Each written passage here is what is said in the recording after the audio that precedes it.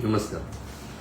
आज आपण जाणून घेणार आहोत असा विषय जो प्रत्येकांना बेंबीच्या भोवताल वेदना जेव्हा होतात त्यावेळेला त्याचं निदान होणं किंवा तो नेमका आजार काय हे समजून घेणं खूप अवघड होतं.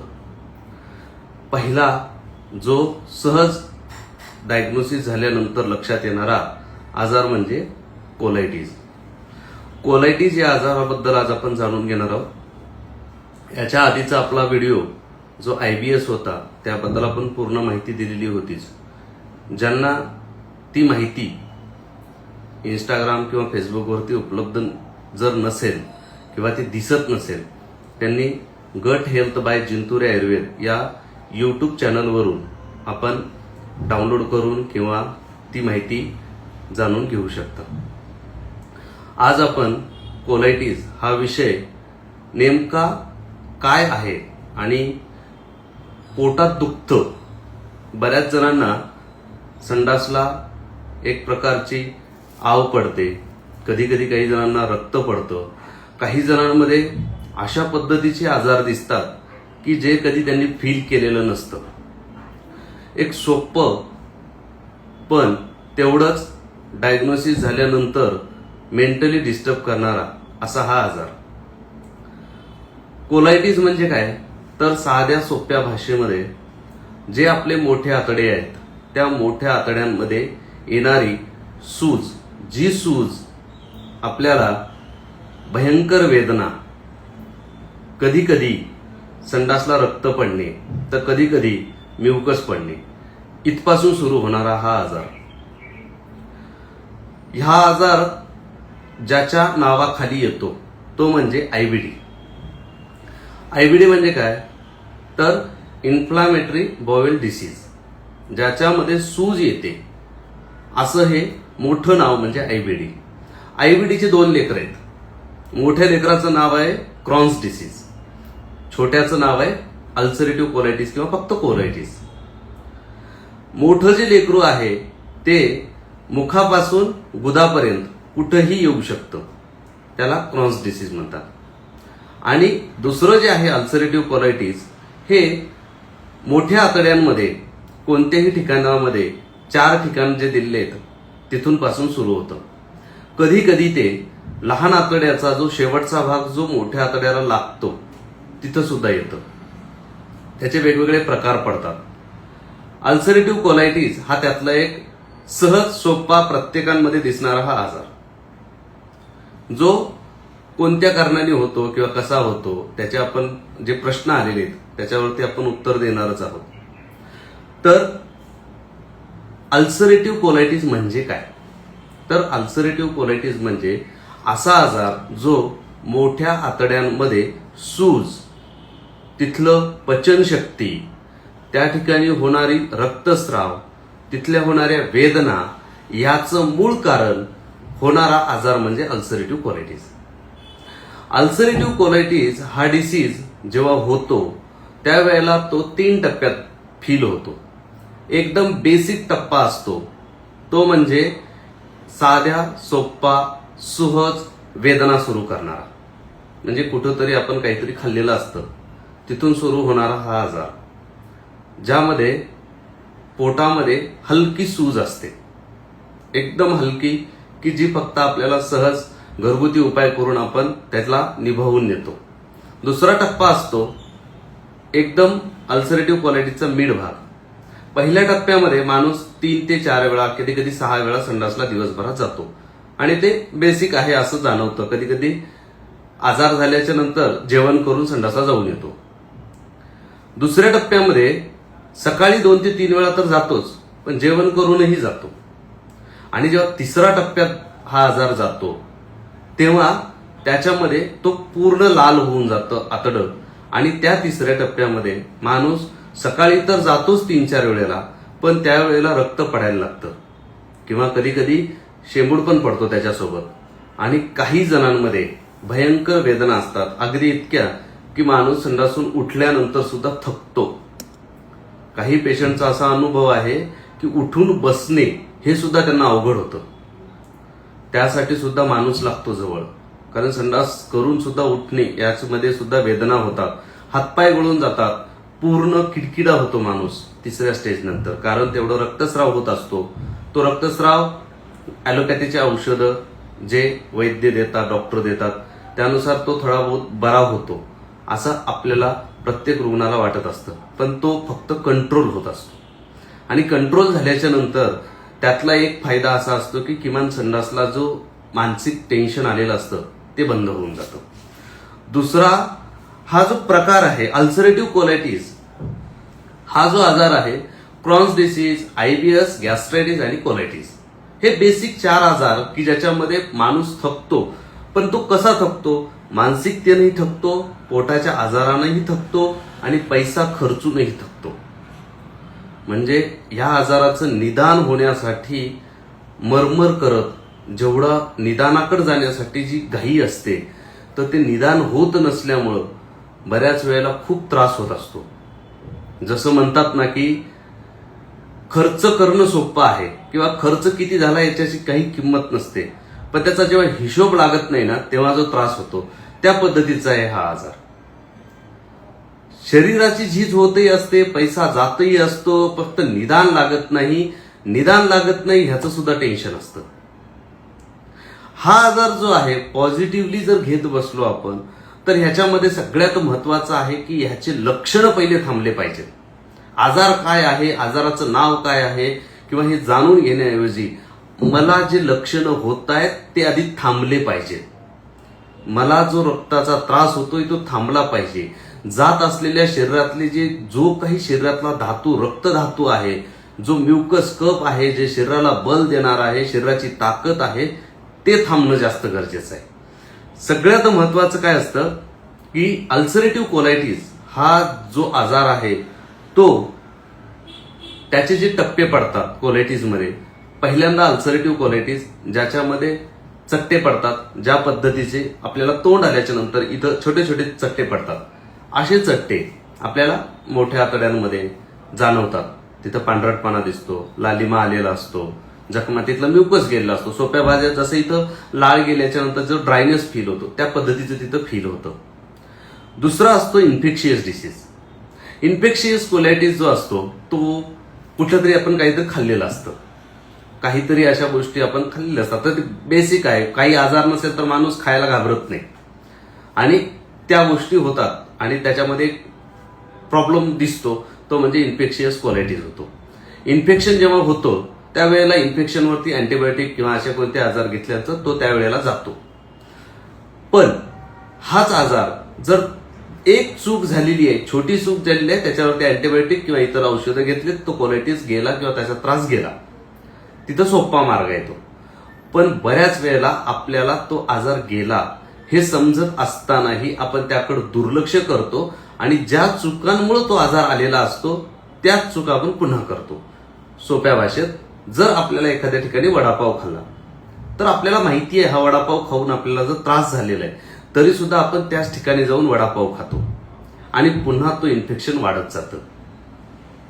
ज्या गोष्टींमुळे आपल्याला चुका होत आहेत, पोटविकाराच्या सिंपल गोष्टी, त्याच्यातून पहिले बाहेर पडणं हा इन्फेक्शियस मधून बाहेर पडण्याचं सगळ्यात सुंदर, सोपं आणि सहज उपाय आहे. त्याही पुढे जाऊन जेव्हा दुसरा जो प्रकार असतो तो म्हणजे स्ट्रेस इंड्युस्ड कोलायटिस.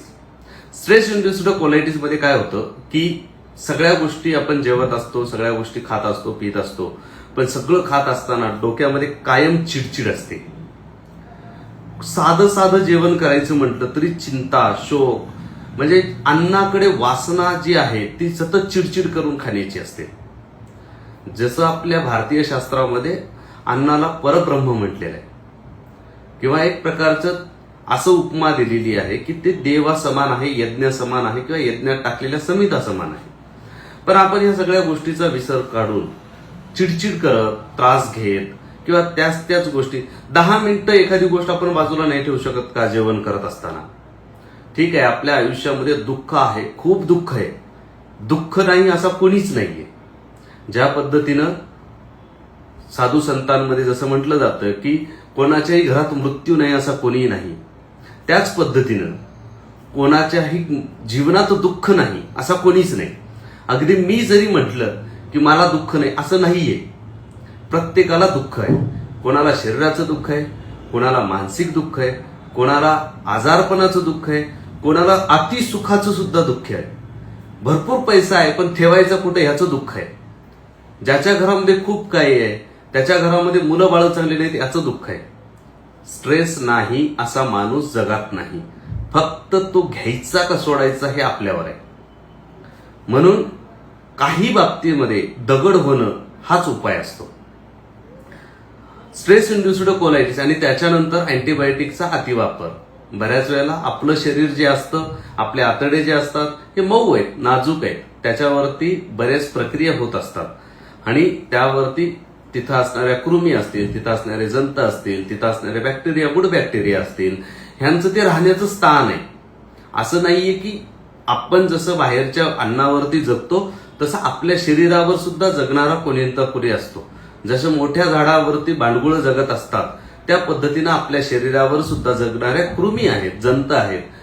आपण बघतो लहान असताना की आपल्याला संडासलामध्ये कृमी पडलेले असतात किंवा कधी कधी डोक्यामध्ये उवालिका झालेली असतात. हे त्यांच्यासाठी सुद्धा हा आपला देह हा त्यांच्यासाठी सुद्धा एक प्रकारचा देश असू शकतो.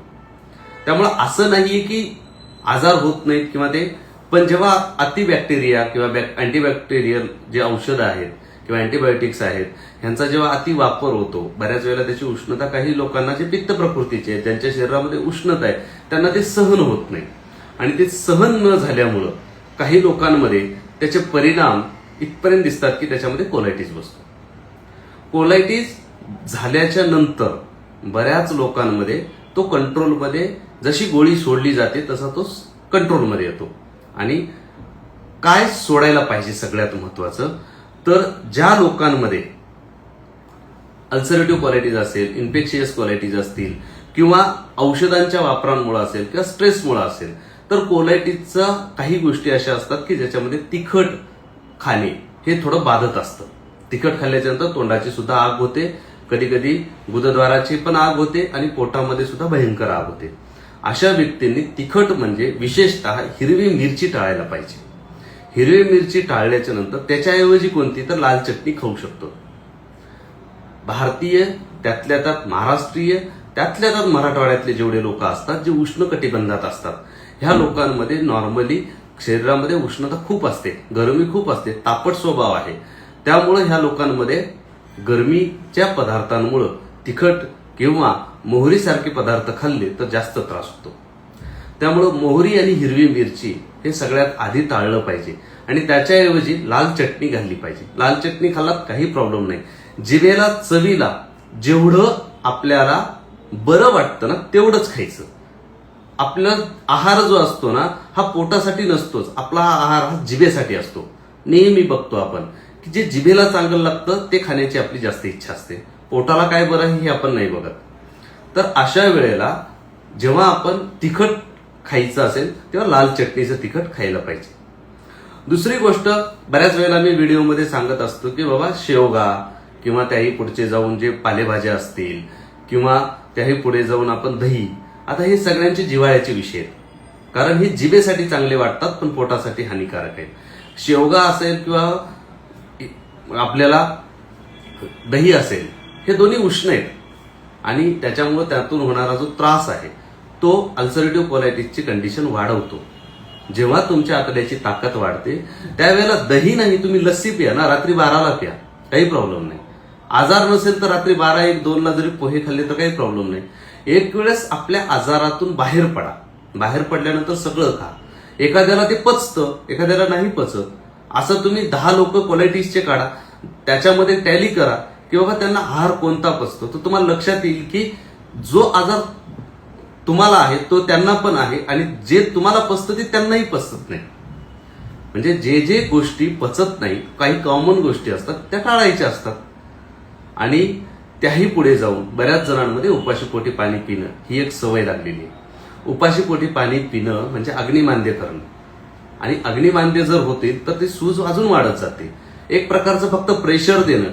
आपल्या शरीरामध्ये काहीही गेलेलं असेल, दाताच्या खाली इथून गळ्याच्या खाली जे काही उतरतं ना त्या प्रत्येकावरती अग्निसंस्कार होतात. तुम्ही पाणी घ्या, जेवण घ्या, काहीही जाऊ दे तिथून खाली, त्या प्रत्येकावर अग्निसंस्कार होतात, त्या प्रत्येकावर काही ना काही परिणाम घडत असतात आणि ते पाणी पचवण्यासाठी सुद्धा शरीराला एनर्जी जात असते, वाया जात असते सगळं शरीरातली एनर्जी. अशा वेळेला काय करायला पाहिजे तर शक्यतो पाणी न घेता केवळ त्याऐवजी खारीक असेल, खोबर असेल आणि काळे मनुके असतील, ह्या तिघांचं कॉम्बिनेशन करून हे वर्षभर खाऊ शकता तुम्ही. पण जे ड्राय फ्रुट्स आहेत, बदाम असेल, खारीक असेल, बदाम असेल किंवा जे आपलं गोडंबी असेल बिब्याची किंवा काजू असतील, हे उष्ण आहेत, गरम आहेत, ह्यांना टाळायचं. आणि फक्त हे ते 3 आहेत, याचं एका वाटीमध्ये चूर्ण करा, पावडर करा, अर्धा वाटी खा, वरून पाणी प्या. फार तहान लागली असेल, रात्रीतून गरमी झालेली असेल, तहान लागली असेल, त्याला ऑप्शन नाही, तहान लागली पाणी प्या, बिनधास्त प्या. पण तहान नसताना सवय म्हणून पिणं हे धोकादायक आहे. आपल्याकडे सगळ्या गोष्टी करायलाच पाहिजेत असं नाही, आपलं शरीर आपल्याला सांगतं की काय करायला पाहिजे. कोलायटिस आणि आयबीएस मध्ये एक कन्फ्युजन होतं लोकांना. कोलायटिस हा जो आजार आहे तो सुजेचा आजार आहे. आयबीएस हा आजार आहे तो फंक्शनल डिसऑर्डर आहे. सोप्या भाषेत आयबीएस म्हणजे काय तर फॅन सुरू केल्याच्या नंतर जो आवाज येत असतो तर तो आवाज येणं म्हणजे आयबीएस आहे. एखाद्या गोष्टीचा जेव्हा कर्कर आवाज जसा फॅनचा येतो सुरू केल्याच्या नंतर आणि फॅन मशीनमध्येच बंद पडणं किंवा त्याच्यामध्ये तो पूर्ण न हलणं, तो एक प्रकारचा आपल्याला कोलायटिस मध्ये जाणवतं की तिथं कामच होत नाही, हातच फिरू शकत नाहीत. अजून पुढे एक सोप्या भाषेमध्ये जर आपल्या बोटाला सूज आली असेल किंवा आपल्या तोंडात कुठे सूज आली असेल तर आपला हात किंवा बोट आपण पूर्ण हलवू शकतो का? एखादी बोटं मोडू शकतो का आपण जेव्हा आपल्याला सूज येते बोटांना किंवा पायावरती सूज येते तेव्हा चप्पल घालू शकतो का? नाही घालू शकत. त्याच पद्धतीनं जर आतड्यांना सूज आलेली असेल तर त्याची हालचाल जी होणं आहे, त्याची जी पेरिस्टाल्सिस मुवमेंट होणं आहे ती प्रॉपर होत नाही. आणि त्यामुळं काय होतं, जेव्हा ते आतडं आहार टाकल्याच्या नंतर ज्या वेदना होतात किंवा आहार टाकल्याच्या नंतर जेव्हा त्याला ते दाब पडतो त्यावेळेला तिथल्या ज्या छोट्या छोट्या कॅपिलरीज आहेत त्या तुटतात आणि त्यातून आपल्याला रक्तप्रवाहन जाताना दिसतं. अशाच पद्धतीची सूज आतड्यावर आल्यामुळं आपल्याला बऱ्याच वेळेला त्याचा त्रास होतो. कोलायटिसचं निदान सोप्या भाषेत जर करायचं म्हटलं तर काय आहे तर बेंबीच्या उजव्या किंवा डाव्या बाजूला, प्रॉपर उजव्या किंवा डाव्या बाजूला आणि वरच्या बाजूला अशा 3 ठिकाणामध्ये भयंकर वेदना होतात. आणि बेंबीच्या डाव्या बाजूला जिथं आपल्याला एक 4 ते 6 बोट सरकल्यानंतर तिथे एक प्रकारची भयंकर वेदना होत असते. तर ते एक सोप्या भाषेमध्ये कोलायटिस. आणि आयबीएस जे असतं त्या आयबीएसचे मध्ये सुद्धा त्या एरियातूनच जवळपास थोड्याशा वेदनेमध्ये आणि लक्षणांमध्ये फरक दिसतो फक्त. कोलायटिस हा जो आजार आहे तो निदान कसा करायचा तर रक्ताची चाचणी असेल किंवा त्याच्यामध्ये सगळ्यात महत्वाची जे चाचणी होते ती कोलोनोस्कोपीने, की ज्याच्यामध्ये ते लक्षात येतं, दिसतं, डोळ्याला दिसतं की त्या मशीनमध्ये दिसतं की काय आहे आणि त्यातून निदान होतं. बऱ्याच वेळेला कोलायटिस हा आजार आणि आयबीएस या दोनमध्ये बरेच जण कन्फ्यूज होतात. जेव्हा त्रास असतो, वेदना असतात आणि निदान होत नाही कुठल्याही मशीनमध्ये, तो आयबीएस. आणि मशीनमध्ये निदान होतं तो म्हणजे आपल्याला सोप्या भाषेमध्ये कोलायटिस. कोलायटिस हा पूर्ण कोलायटिस असू शकतो, मोठ्या आतड्यांमध्ये येणारा सूज असू शकतं. 2 नंबरला असतं त्याच्यामध्ये एक टप्पे आहेत, एका विशिष्ट जागेवरती त्याचे कोलायटिसचे 4 प्रकार दिसतात आपल्याला. आणि एक कोलायटिस असतो जो लहान आतड्याच्या जिथं मोठ्या आतड्याला लहान आतडं जॉईन होतं त्या ठिकाणी एक दिसणारा कोलायटिस असतो. आणि जो लहान आतड्यांना जो कोलायटिस होतो तर ह्या 4ही जणांपेक्षा त्रासदायक असतो, कारण तो विशेषतः बेंबीच्या डाव्या साईडला, उजव्या साईडला, खालच्या बाजूला जास्त वेदना करणारा असतो. आणि तिथं जेव्हा वेदना होतात तेव्हा पेशंट अक्षरशः दाबल्यानंतर रडतो आणि त्याला काही फोर्स खूप द्यायची गरज नाही, एकदम सिंपल हात जरी ठेवला पोटावरती तरीही वेदना होतात. सोप्या सोप्या भाषेमध्ये जेव्हा आपल्याला पोट धरून बसतो तेव्हा पोट गरम लागणं, पोटामध्ये हालचाल कमी जाणवणं, जे पूर्वीची हालचाल असते, कधी कधी हृदयाचे ठोके तिथं जाणवणं, गॅस बाहेर न पडणं. म्हणजे एका पेशंटचा असा अनुभव आहे की त्यांनी 4 ते 5 वर्षामध्ये गॅस पास सुद्धा केलेला नव्हता आणि गॅस पास करत असताना त्यांना लॅट्रिनला जावं लागायचं, म्हणजे संडासला व्हायचं. गॅस पास होताना, म्हणजे त्यांनी गॅस पासच झालेला नव्हता आजपर्यंत, कधी त्यांना फीलच झालेलं नव्हतं. तर ट्रीटमेंट नंतर एक 15 दिवसात त्यांना असं लक्षात आलं की आपला गॅस पास होतोय. तर हे जे आहे गॅस पास होणं म्हणजे तिथली थोडी थोडी सूज उतरणं आहे. जशी जशी सूज उतरत जाते तसा तसा आपला तिथला जो आजार आहे तो कमी होत जातो. कोलायटिसचे प्रकार किंवा माहिती झाल्याच्या नंतर सगळ्यात महत्वाचं याचं आयुर्वेदिक निदान काय होतं. आयुर्वेदानुसार जेव्हा निदान करत असतो आपण त्यावेळेला कधी हा ग्रहणी असतो, कधी हा प्रवाहिका असतो, कधी कधी याच्यामध्ये फक्त पित्त दोष वाढलेला असतं, कधी कधी रक्ताची दुष्टी झालेली असते, कधी कधी अतिमद्यपान, कधी अति धूम्रपान, जेव्हा ह्या गोष्टी होतात त्यातून आलेली सूज असू शकते, कधी कधी फूड पॉइझनिंग मुळे सुद्धा असू शकतं, त्याला अन्नविष बाधा म्हणतात आयुर्वेदानुसार. तर त्या गोष्टी सुद्धा निदान करून त्याच्यावरती उपचार करावे लागतात. म्हणजे प्रत्येकाचं निदान काहीतरी वेगळं त्याच्या कारणानुसार असतं.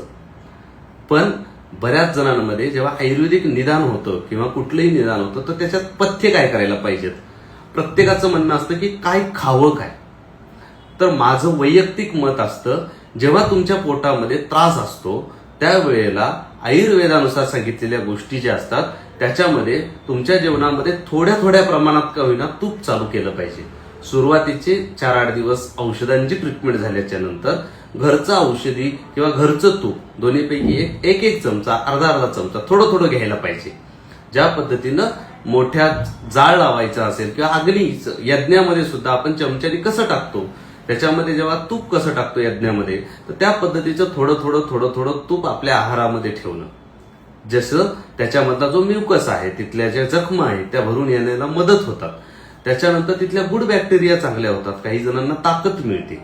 त्यानंतर जो असतो तो दुसरा प्रकार जो आहे तर त्याही पुढे जाऊन आहारामध्ये अजून काय घ्यायला पाहिजे तर ज्या लोकांना बऱ्याच जणांमध्ये असं असतं की मोठे आतडे जे आहेत ते आयुर्वेदानुसार हे शेवटचा असा भाग आहे अन्नपदार्थ पचवण्याचा की जिथं सगळे वात दोष वाढतात. जर ज्यांनी बस्ती घेतली असेल त्यांना माहिती असतं की बस्ती ही मोठ्या आतड्यातच दिली जाते आणि तिथला गॅस पटकन बाहेर पडतो. त्याच पद्धतीनं तिथं गॅस भरपूर असतो आणि त्या ठिकाणी जर बस्तीच्या ठिकाणी जर आपल्याला गॅस वाढत असेल, वात वाढत असेल तर जे आपले पालेभाज्या आहेत त्या 100% सुरुवातीच्या काळात टाळायच्या. बऱ्याच जणांना माहिती असतं की पालेभाज्या पचायला हलके आहेत, पण पचायला हलके असून फायदा नाही. ज्यांच्यात स्वतः जीव नाही असे पालेभाज्या आपल्या शरीराला कुठली एनर्जी देणार आहेत. तरी सुद्धा त्याही ऐवजी जर आपण फळभाज्या खाल्ल्या, फळभाज्यामध्ये काय काय खाऊ शकतो तर फळभाज्यामध्ये सगळ्यात उत्तम फळं जेवढे आहेत आपले मार्केटमध्ये मिळणारे, जसं की कारला आहे, दोडका आहे, वांगा आहे. समजा आता वांगे किंवा बटाटे जे आहेत जमिनीचे खालचे जेवढे पदार्थ असतात ते पचायला थोडेसे जड असतात, त्यामुळे ते खात असताना शिजवून खाल्लं पाहिजेत, भाजून खाल्लं पाहिजेत, ना की भिजवून. बऱ्याच वेळेला माझे सर नेहमी सांगतात की भिजून नको, शिजवून खा. कुठलीही गोष्ट भिजून खाऊ तर त्यातून पचायला ते जड होते आणि शिजवून खाऊ तर ती पचायला हलकी होते. त्यामुळं आलू असतील किंवा त्यासोबत जसं वांगा आहे हे वात वाढतं आपल्याला माहिती आहे, तर मग अशांना भाजायचं, जे की पूर्वी करतच होते. पूर्वी लोक तेच करत होते, चुलीत फक्त टाकत होते, त्याला भाजत होते आणि त्याची भाजी करत होते. ती भाजी करताना सुद्धा पातळ केली जायची. त्याच पद्धतीनं आयुर्वेदामध्ये असं सांगितलं की जेव्हा पोट विकार असतात त्यावेळेला आपण सहज सोप्या भाजीत ह्या भाज्या भाजल्या पाहिजेत, भाजून खायच्या. फळभाज्या किंवा त्याची लिक्विड करायचं, त्याचा पातळ रस्सा करायचा, तो कोरडा नाही खायचा. कधीही पोटविकाराच्या पेशंटनी कोरडी किंवा सुकी भाजी नाही खायला पाहिजे, त्यातून तो वाढत जातो, वात वाढत जातो. जेवढं होईल त्याला पातळ करणे. सगळ्यात महत्वाचं तेल. सगळ्यांचा जिव्हाळ्याचा प्रश्न की तेल कोणतं खावं तर तेल फक्त आणि फक्त शेंगदाण्याचं खावं. इतर तेल खात असताना त्याची उत्पन्नाची क्षमता आहे का, जे की आज आपण बघतोय दुधाच्या पदार्थांमध्ये. ज्या ठिकाणून तुम्ही पेढे घेत असाल त्या ठिकाणच्या तिथं जा, आता तुम्हाला लक्षात येईल की तिथं कलरचे जेवढे पेढे मिळत होते ते मिळत नाहीयेत. त्याचं प्रोडक्शन कमी झालेलं आहे. मग हे प्रोडक्शन कुठून कमी झालेलं आहे तर ते लक्षात येतं की आता आपल्याला मिळतंय ते शुद्ध मिळतंय. किमान महाराष्ट्रामध्ये काही ठिकाणी तरी का होईना आपण 90 ते 95% ठिकाणी शुद्ध दुधाचे पदार्थ खाऊ शकतोय आता आपण. पण शुद्ध घेण्यासाठी किंवा हे जे आहार आहेत तर हे सगळं घेत असताना आपल्याला कुठल्या कुठल्या पद्धतीचा आहार घ्यायचा आहे ते घेणं. तूप घरी बनवणं, जे जे आपल्याला शुद्ध मिळतं ते हलकं हलकं खायला पाहिजे. त्यानंतर जेव्हा आपल्याला असं लक्षात येतं की शेंगदाण्याचं तेल हे शुद्ध ज्या ठिकाणी आपल्याला माहिती आहे की मिळतं, कारण शेंगदाण्याचं उत्पन्न बरेच जण करतात, कारण तो आता आपल्या जीवनाचा अविभाज्य घटक झालेला आहे. त्यामुळे ते तेली बिया आहे, त्याच्यातून तेल निघतं, रगडताना सुद्धा आपल्याला फील होतं. त्यामुळे ते तेलाचं खाऊ शकतो. शक्यतो सोयाबीन, पाम तेल, हे बघा आपल्याला असं वाटत असतं की याची खूप महाग आहे. डॉक्टरांच्या खर्चापेक्षा डॉक्टरांना दिली जाणाऱ्या तपासणी फीस मध्ये 2 किलो शेंगदाण्याचं तेल मिळतं, जे की एका माणसाला 1 ते 1.5 महिना जातं, जर ते फक्त जेवणामध्ये वापरायचं असेल तर. तळीव किंवा इतर गोष्टी सोडून देऊन मोठ्या फॅमिलीमध्ये एका महिन्यामध्ये 5 ते 10 किलो जातं. 15 किलोचा आजचा रेट 2 ते 3 हजार रुपये. त्याच्यामध्ये घाण्याचं तेल किंवा फक्त काहीच नव्हतं, काही नाही, जे मिळतं मार्केटमध्ये शेंगदाण्याचं ते तेल घ्यायचं. घाण्याचे तेल किंवा हे जे तेल असतात ते पचायला जड असतात, कारण त्याच्यामध्ये डायरेक्ट सोर्स आहे. फिल्टर असेल ठीक, डायरेक्ट सोर्स असेल त्याची मात्रा फक्त कमी टाकून खायचं, पण शेंगदाणा तेल खायचं. सूर्यफूल असेल किंवा जवस असेल हे पचवण्यासाठी शेतात काम करणं गरजेचं आहे, तेवढी मेहनत घेणं गरजेचं आहे, तेवढा त्याचा फॅट आपल्या शरीराला पचवणं गरजेचं आहे. त्याही पुढे जाऊन जेव्हा आपण पुढचा विचार करतो की काही लोकांमध्ये आपल्याला हे तेल खाल्ल्याच्या नंतर मसाल्याचे पदार्थ हे शक्यतो आपल्या घरी बनवा. वेळ जाईल, उन्हाळ्यात एकदाच बनवून ठेवा, लागतं तेवढं बनवा. मार्केटमधले जर मसाल्याचे पदार्थ ज्याच्या घरी घरगुती पद्धतीनं बनवतात त्यांच्याकडून घ्या, विश्वासू आहेत त्यांच्याकडून घ्या. त्याच्यामध्ये सगळ्यात महत्वाचं टेस्टिंग पावडर जे टाकलं जातं ते टाकलेलं नसावं. टेस्टिंग पावडर जर असेल तर कुठलाही आहार जर आपण खाऊ, जिभेपुरता बरा असतो पण पोटात गेल्यानंतर त्याचे परिणाम दिसतात. जे टेस्टिंग पावडर आपल्याला जिभेला ते त्या पद्धतीचे इतकं ऍक्टिव्हेट करतं, इतकं स्राव ऍक्टिव्हेट करतं की आपल्याला घरचं खायला गोडच लागत नाही. त्याच्यानंतर सगळ्यात महत्वाचं असतं चपाती खायची का नाही. तर माझ्या अनुभवानुसार आज आपल्या दवाखान्याला 9 वर्ष कंप्लीट झालेली आहेत. 10व्या वर्षामध्ये आपण आता एंट्री करतोय. 2016-17 साली सुरू केलेली प्रॅक्टिस, त्यातले पहिले 2 IBS चे पेशंट, त्यातला पहिला एक IBS चा आणि एक गॅस्ट्रायटिसचा पेशंट. तर तिथून सुरू झालेला हा प्रवास आजपर्यंतच्या अनुभवानुसार ते दोघंही चपाती पचवू शकतात, दूध पचवू शकतात, दही खाऊ शकतात. म्हणजे काय तर सगळ्या गोष्टी खायच्यात. Digest everything. मार्केटमध्ये मिळणार जो तुमच्या शेजारचा खाऊ शकतो ते तुम्ही खाऊ शकता. फक्त त्याची ताकद वाढवायची असते. ते पचवण्याची ताकद जेव्हा आपल्या शरीरात होईल त्यावेळेला त्या सगळ्या गोष्टी मिळतात. असं नाही की लहान लेकराला जे पचतं, मोठ्याला जे पचतं, म्हाताऱ्यांना जे पचतं ते सुद्धा आपल्याला पचत नसेल म्हणजे आपल्या आतड्यांची ताकद कमी झालेली. तिला फक्त जीवन द्यायचंय, तिला फक्त बल द्यायचंय. आणि हे देण्यासाठी काय करायला पाहिजे तर हे देण्यासाठी सगळ्यात महत्वाचा उपाय म्हणजे आपल्या शरीरामध्ये ज्या ज्या गोष्टी पचवू शकतो त्या गोष्टी थोड्या थोड्या खायच्या. चपाती खायची का तर हो खायची. नुसती भाकर, शेवगा याच्यावर सुद्धा भरपूर मोठ्या प्रमाणामध्ये माहोल झालेला आहे, समजून कोणीच घेत नाहीये. कॅल्शियमचा आणि पोटाचा, हाड मोडण्याचा आणि पोटविकाराचा काही संबंध नाही. हाड मोडत असेल आणि त्यासाठी उपाय म्हणून जर सांगत असतील शेवगा तर तो विषय वेगळा, पण जर पोटविकार असताना जर शेवगा खाऊ तर त्रास होणार. भाकर आणि शेवगा, भाकर ही उष्ण आहे, गरम आहे. ज्या काळामध्ये आपण भाकर खाऊ, जे पोटामध्ये जर कोरडेपणाच वाढवू तर त्यातून आपल्याला होणारा त्रास हा वाढणार आहे. वेट गेन न होता वेट लॉस होणार आहे. बऱ्याच जणांचा वेट लॉस होत असतो. अगदी काही पेशंट असे आहेत की ज्यांची तब्येत बघून त्यांच्यानंतरचे आत्ता कोणी ओळखत पण नाही, अर्ध्याला अर्धे झालेत वेटमध्ये, आणि पैसा पण जातो, मेंटली स्ट्रेस, काही जण तर कर्जबाजारी झालेत.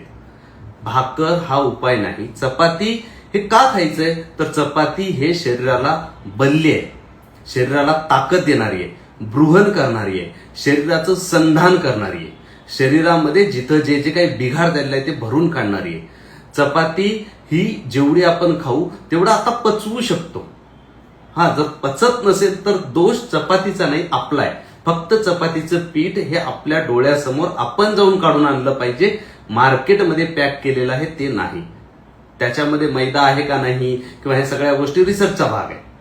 पण डोळ्यासमोर आपण गहू आणायचं, शेतकऱ्याकडे जायचं, कोणतेही आणा, खपलीच आणावे असं काही नाही. खपलीच आणणं किंवा इतर गोष्टी आणणं ह्या सगळ्या गोष्टी मार्केटच्या स्ट्रॅटेजी आहे. खायला मिळणं सगळ्यात महत्वाचं आहे. काय मिळतं यापेक्षा जे मिळतं ते चांगलं मिळावं. आणि आज प्रत्येकाच्या जरी ज्या माणसाच्या शेतामध्ये ऑर्गॅनिक पिकत असेल, त्याच्या शेजाऱ्याच्या याच्यामध्ये जर तो ऑर्गॅनिक नाही पिकत आहे, तो जर फवारणी करत असेल तर त्याच्या शेतातून येणारं पाणी याच्या शेतात येणारच आहे.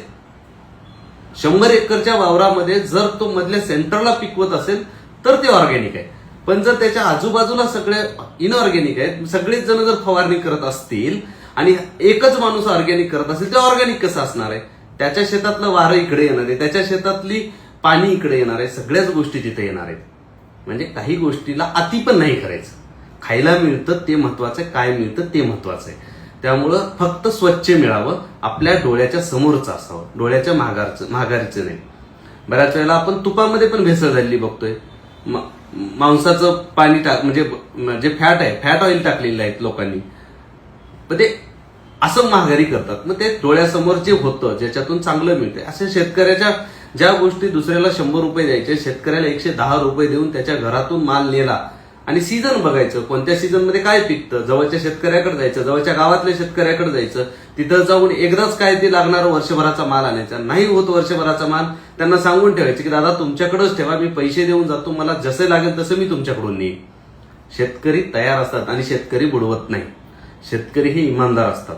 तुम्हाला कुठलाही शेतकरी अशा वेळेला जर तो हाडाचा शेतकरी असेल तर तुमच्या 1 रुपयाला पण घेणार नाही.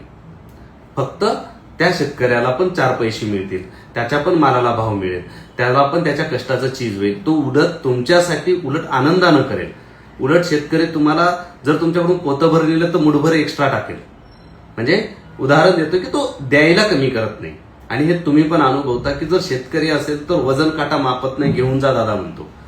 अशा पद्धतीनं आपल्याला गहू हे सीझननुसार बघायचं. गव्हाचं सीझन हे आपल्या हिवाळ्यामध्ये असतं. हिवाळ्याच्या नंतर आपल्याला जानेवारी फेब्रुवारीच्या काळामध्ये तुम्हाला चांगला गहू मिळतो. त्यांना सांगून ठेवून त्यांच्यापासून 1 किंवा 2 वर्षासाठीचा गहू घेऊन जाऊ शकता आणि जो तुम्हाला पचायला हलका होईल. दुसरं तांदूळ. तांदूळ पचायला हलका आहे पण तो कधी पाणी काढलेला असेल तर. पण कोलायटिसच्या पेशंटमध्ये संडास थांबवण्यासाठी तांदूळ चांगला आहे. पण जर कोलायटिसच्या पेशंटमध्ये संडास होण्यासाठी त्रास होत असेल तर त्या लोकांनी थोडंसं तांदळाला रात्रीच्या वेळेला दूर ठेवायचं. दिवसभर तांदूळ खाऊ शकता, तांदळाचे भात करू शकता, तांदळाची भाकर करून खाऊ शकता. तांदळामध्ये तुम्हाला ज्या ज्या गोष्टी घ्यायच्या ते घेऊ शकता. त्यापुढे जाऊन दुधाच्या पदार्थांमध्ये सगळ्यात जास्त डॅमेज केलेला कोलायटिसचा विषय म्हणजे ताक. ताक हा विषय इतका बिघडून गेलेला आहे की ताक कुठं द्यायचंय ग्रंथकारांनी स्पष्ट निर्देश दिलेले. पण जिथं आग आहे, जिथं दाह आहे, जिथं संडासला त्रास होतोय, उष्ण आहे, तिथं ताक वर्ज्य आहे. ताक स्वतःच वृक्ष आहे, कोरडा आहे, त्यातलं मलई सगळी काढलेली जाते, त्यातमध्ये काहीच नाहीये. फक्त तो पोषक कधी आहे जेव्हा तो अशा मूळव्याधाच्या कंडिशनमध्ये जिथं स्राव खूप आहे त्या काळामध्ये ताक. मग ताक घेताना सुद्धा कसा घ्यायला पाहिजे? अर्धा ग्लास ताक खूप झालं प्यायला. अर्ध्या ग्लासाचा ताक जेवण झाल्याच्या नंतर किंवा जेवण करत करत थोडं थोडं अर्धा ग्लास, पण तो नियमित नाही प्यायचा. ताक आणि दही हे जे पदार्थ आहेत ते कधी वर्ज्य करायला सांगितलेले आहेत तर फक्त ऑक्टोबर हीट, ज्याला शरद ऋतू म्हणतो, आणि ग्रीष्म ऋतू, ह्या 2 ऋतूंमध्ये ताक आणि दही वर्ज्य करायला सांगितलेले आहेत. आणि ग्रीष्मामध्ये घ्यायला नाही पाहिजे. पण बऱ्याच वेळेला जेव्हा पोट बरं असतं त्यावेळेला अर्धा ग्लास ताक एक औषध म्हणून घेणं सगळ्यात महत्वाचं आहे. काही लोकांमध्ये आयुर्वेदानुसार मध्यवर्ग दारू जे आहे ते औषधापेक्षाही तो आहाराचा विषय. पण जो माणूस कोलायटिस मध्ये दारू पितो तो आगीतून फुपाट्यात जातो, तो त्याचे आजार वाढवतो. तो कोलायटिसचा फक्त आतड्याचा आजार हा लिव्हर पर्यंत घेऊन जातो, फॅटी लिव्हर पर्यंत घेऊन जातो.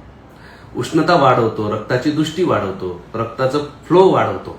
त्यामुळं मद्य वर्ज्य करायला पाहिजे. आणि अशा वेळेला खूप आसवारिष्ट सुद्धा, म्हणजे कुटजारिष्ट घेतात लोक, त्याच्यानंतर कुमारी असव घेतात. हे उष्ण आहेत, गरम आहेत.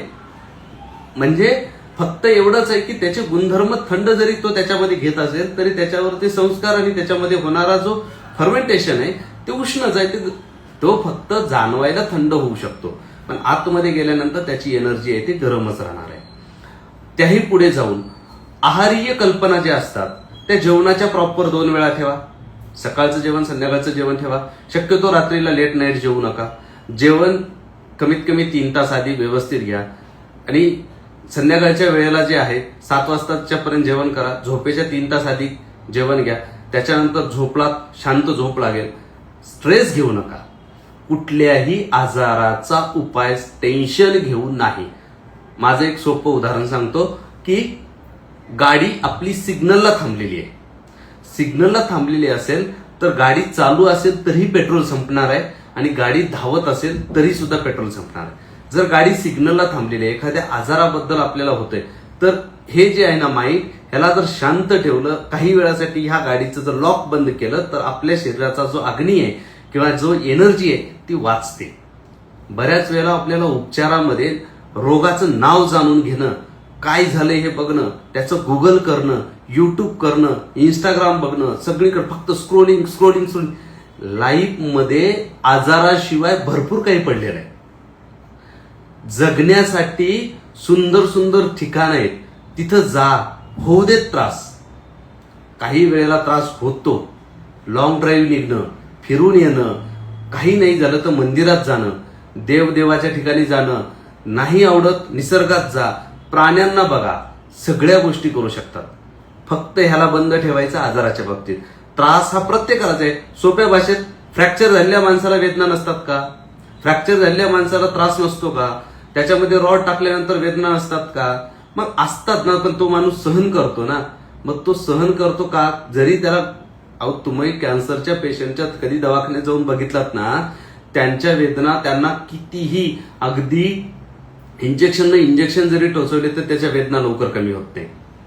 किंवा सीझर झालेल्या लेडीजला विचारा की ऑपरेशन झाल्यानंतर त्या वेदना कमी होण्यासाठी किती वेळ जातात, तरीही पेन किलर खाऊन सहन करावंच लागतं.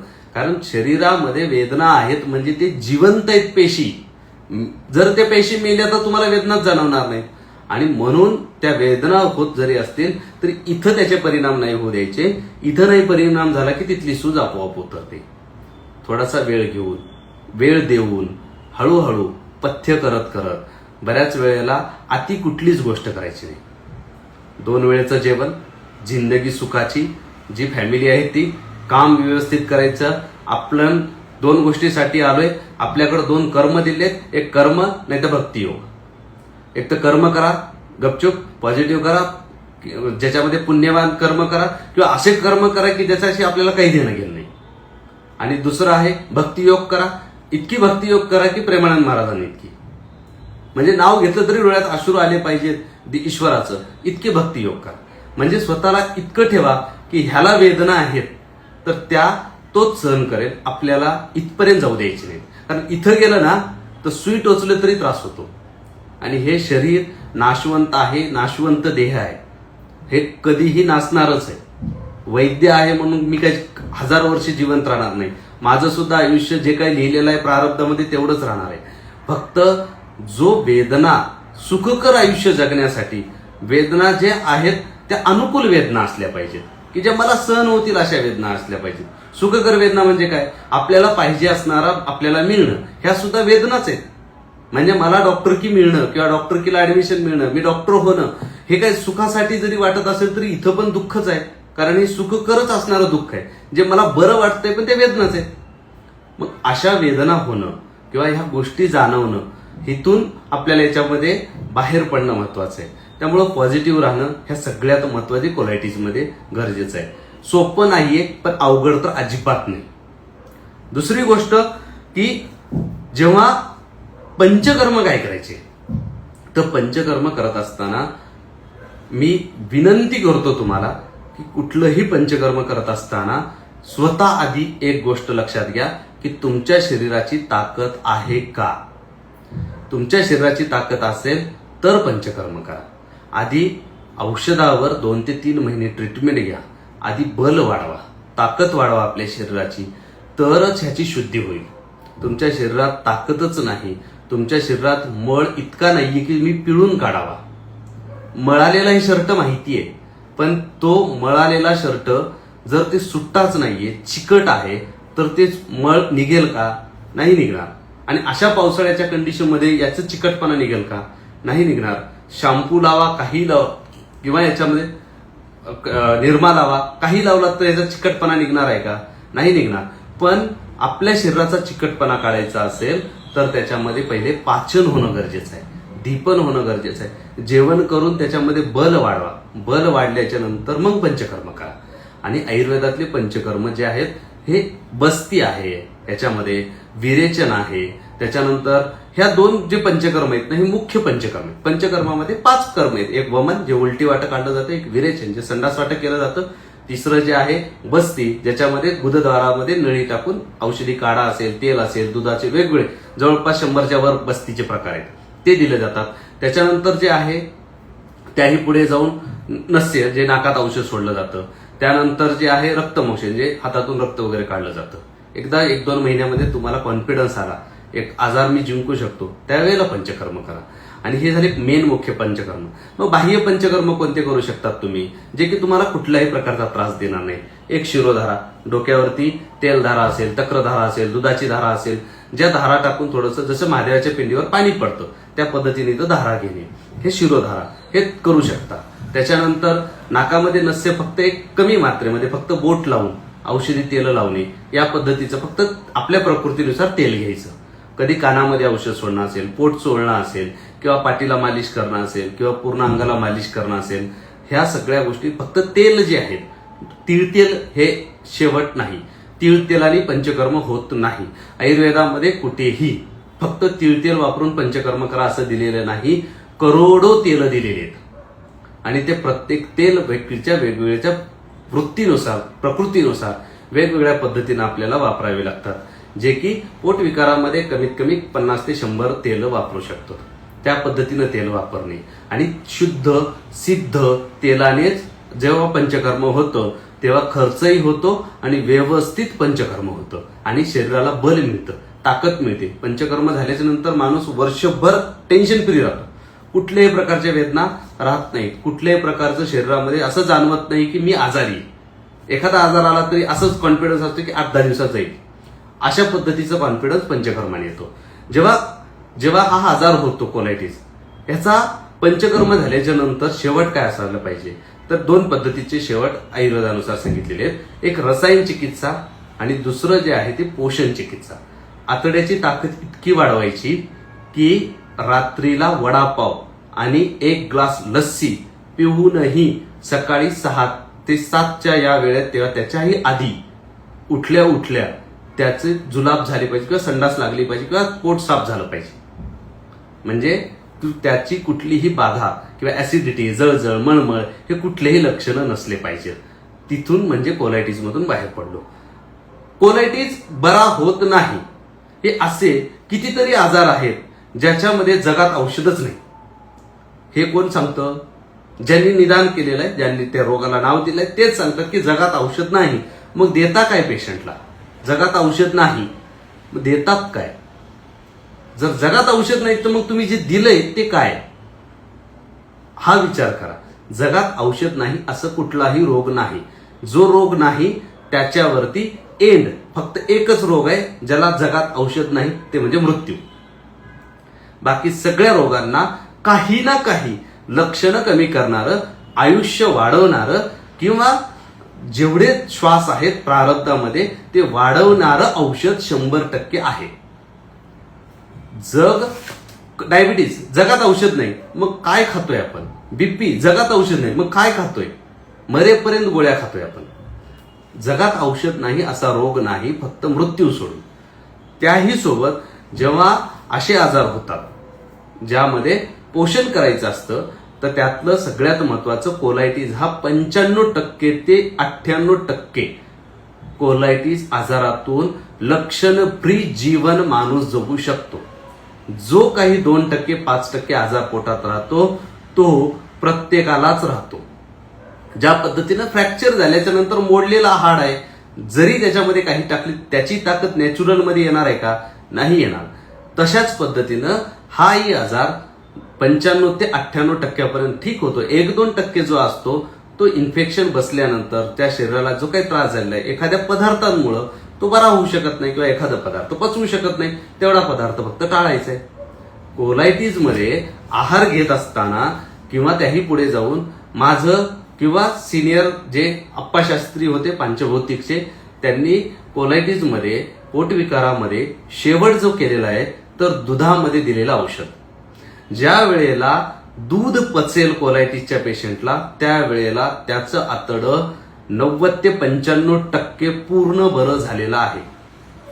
माझ्याकडे 1.5 वर्ष ट्रीटमेंट घेऊन आज 4.5-5 वर्षानंतरही तो माणूस काहीही पचवू शकतो.